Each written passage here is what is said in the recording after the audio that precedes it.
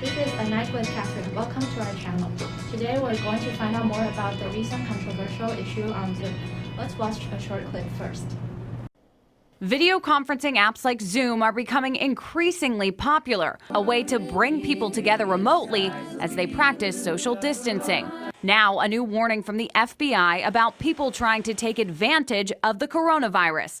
Hackers working to infect online chat. The FBI says there are ways to protect yourself and your information. First, don't make meetings public and never share links to your meetings on social media. Manage screen sharing options so it's host control only. And finally, make sure you have the most recent update of the app.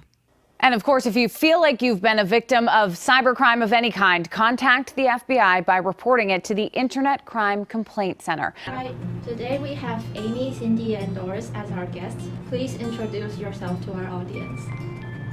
So I'll start. I'm Doris and I'm here as a media specialist. Okay, so I'm Amy and I'm a high school teacher in Taiwan. Hello, I'm a college student and sorry for wearing masks today because I'm just here to speak for the college students, so I don't want my identity to be disclosed. Thank you. Okay, thank you. And without further ado, let's jump into our topic of the day.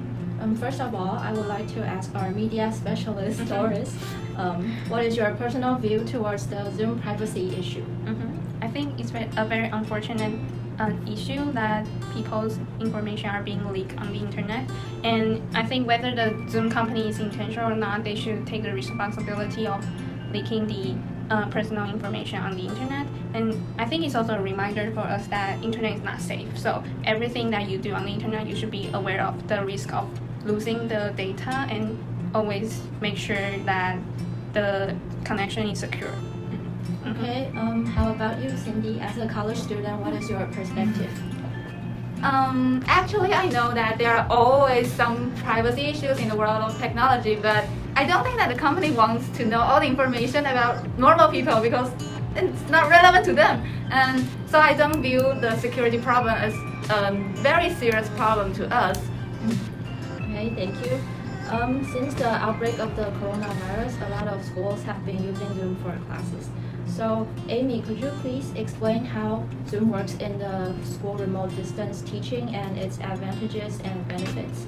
Yes, actually Zoom was widely used recently in Taiwan's campus, and because it is easy to use software for both teacher and students. And for teacher, they can share their screen to the student and have a breakout room for the student to have a group discussion, and like the teacher can record the lessons for the student who are absent. And for the students, it's very easy for them to join the meeting to have the class online, and because they only need to join the meeting via the link that their teacher sent them. So yes, overall, it's quite convenient for the students and the teachers to use Zoom during this special extraordinary time. Yes, I think.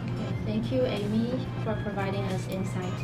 And moving on, so Doris, we want you to tell us what you think about the Minister of Education asking teachers to quit using Zoom. So, as a media specialist, I saw a lot of news, and in the industry, people are like discussing about why the Minister of Education can make this decision, because that obviously makes the teacher very inconvenient. They already taught all the kids how to use Zoom, and they have the lessons about how to use Zoom to teach students.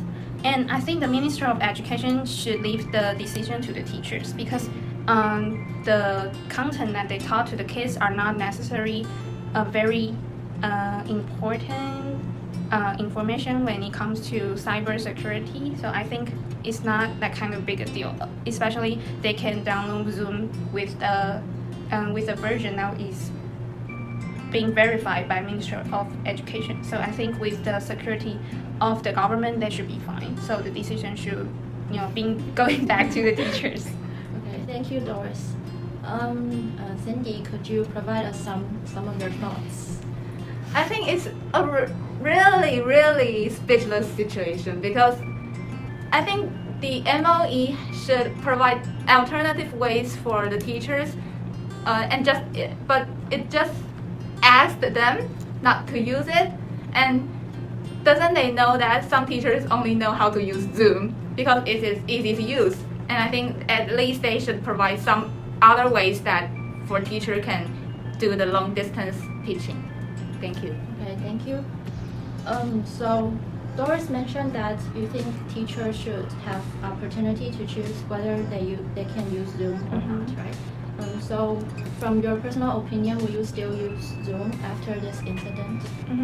I think that we have to acknowledge that this is a special time and people are not prepared for have to go into online meetings like right now. But after all, Zoom is a free app and it has a great ability to reaching every people that you want to reach on the internet. So if the meeting host insists on using Zoom, then probably I will still use it, but I will be more aware of the information I'm saying on the app, or if I should do like extra action to provide my to secure my information. So if the if the situation requires me to use Zoom, then I will still use it. Oh, okay. From a high school teacher's perspective, Amy, will you still use Zoom? Yes, I think I will still use it because I think convenience is much more important when the Zoom is only used, for me, the Zoom is only used for teaching on campus. And also I think that because the content of our meeting, our lessons, is not very really confidential for some a secret information. So yes, for our convenience to use it, then I will still choose to use Zoom in the future. Thank you for our guests in providing their insights. And there are actually some solutions to people who still want to have meetings on Zoom. So first one is download the app from the official website and use the most updated version of the app. And for the host, please use one-time ID and require meeting passwords. And don't share the links to the meetings on social media, so don't make them public.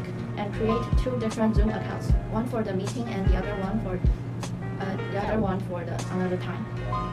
Yes, and also you have to create a waiting room. And this is for keeping track of who's coming in, so only people that the host recognizes can enter the meeting. And lock down the meeting once everyone is inside. For participants, they need to enter the code to access meeting. And for hosts, remember to select only host can share screen when you host a meeting. That's all for today. Thank you for watching the Night with Catherine, and we'll see you next time.